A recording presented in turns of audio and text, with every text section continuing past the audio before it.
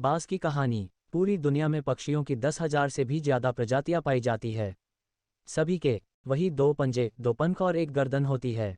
लेकिन इन्हीं में से एक ऐसा पक्षी है जिसकी एक अलग ही पहचान है, जो आसमान का सीना चीर के हजारों मीटर ऊपर 120 किलोमीटर प्रति घंटा की रफ्तार से उड़ता है, जो खुद के कई गुना अधिक वजन के शिकार को भी अपने पंजों पे दबोच कर उड़ जाता है, और इसीलिए उसे पक्षियों का राजा कहा जाता है, जिसे हम बाज के नाम से जानते हैं। और एक बाज इतना ऊंचा मुकाम हासिल करता है अपनी ट्रेनिंग और अपनी पुनर्जन्म की वजह से। अगर आप भी इस दुनिया में एक मुकाम हासिल करना चाहते हैं तो एक बाज को बाज बनने का पूरा सफ़र आपको जानना बहुत ज़रूरी है, क्योंकि 25 से 30 की उम्र तक आने के बाद भी लोगों को रिस्क लेने से डर लगता है।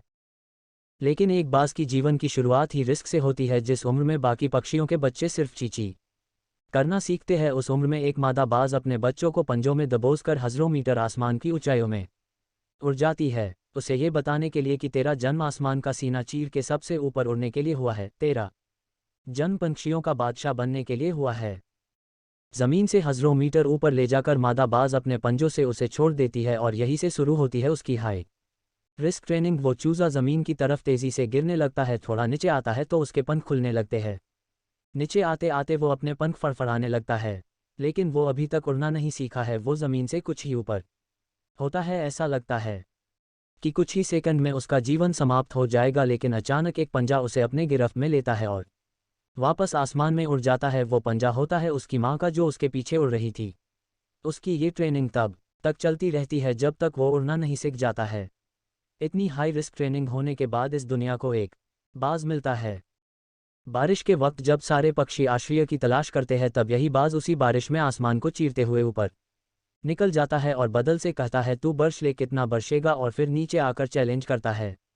एक बाज की उम्र लगभग 70 साल होती है। जब वह 40 साल का होता है तब एक परेशानी उसकी ज़िंदगी में मौत बनकर आती है, जो आपकी परेशानियों की तुलना में बहुत बड़ी होती है, क्योंकि 40 साल की उम्र में बाज की चोंच इतनी मुड़ जाती है कि उसे शिकार निगलने में बहुत परेशानी होती है। उसके पंख भारी हो जाते हैं, छाती से चिपकने लगते हैं, जिससे उड़ना बहुत मुश्किल हो जाता है। उसके पंजे लंबे और लचीले हो जाते हैं, जिससे वो शिकार को सही से नहीं पकड़ पाता। अब उस बाज के पास सिर्फ 3 रास्ते होते हैं। 1. वो अपने शरीर त्याग सकता है।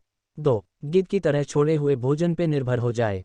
और 3. सबसे कठिन और पीड़ादायक रास्ता, अपने आप को पुनः स्थापित का, फिर से आसमान का सीना चीर कर उड़ने का। और वो इसी तीसरे रास्ते को चुनता है और अपने पास के सबसे ऊंची चोटी पे पहुंच जाता है। वहां पर अपना घोंसला बनाता है और फिर शुरू होता है परेशानियों को जड़ से उखाड़कर आसमान में उड़ने का सफ़र। वह अपनी चोंच को एक चट्टान पर मार मार कर तोड़ देता है, लहूलुहान हो जाता है और इंतजार करता है नई चोंच के आने का। उसके बाद अपनी नई चोंच से अपने पंजों को काट देता है और फिर इंतजार करता है नए पंजों के उगाने का। उसके बाद वह अपने एक एक पंख को अपने शरीर से अलग करता है, फिर इंतजार करता है नए पंख उगाने का, और इस प्रक्रिया में उसे समय लगता है पूरे 5 महीने का।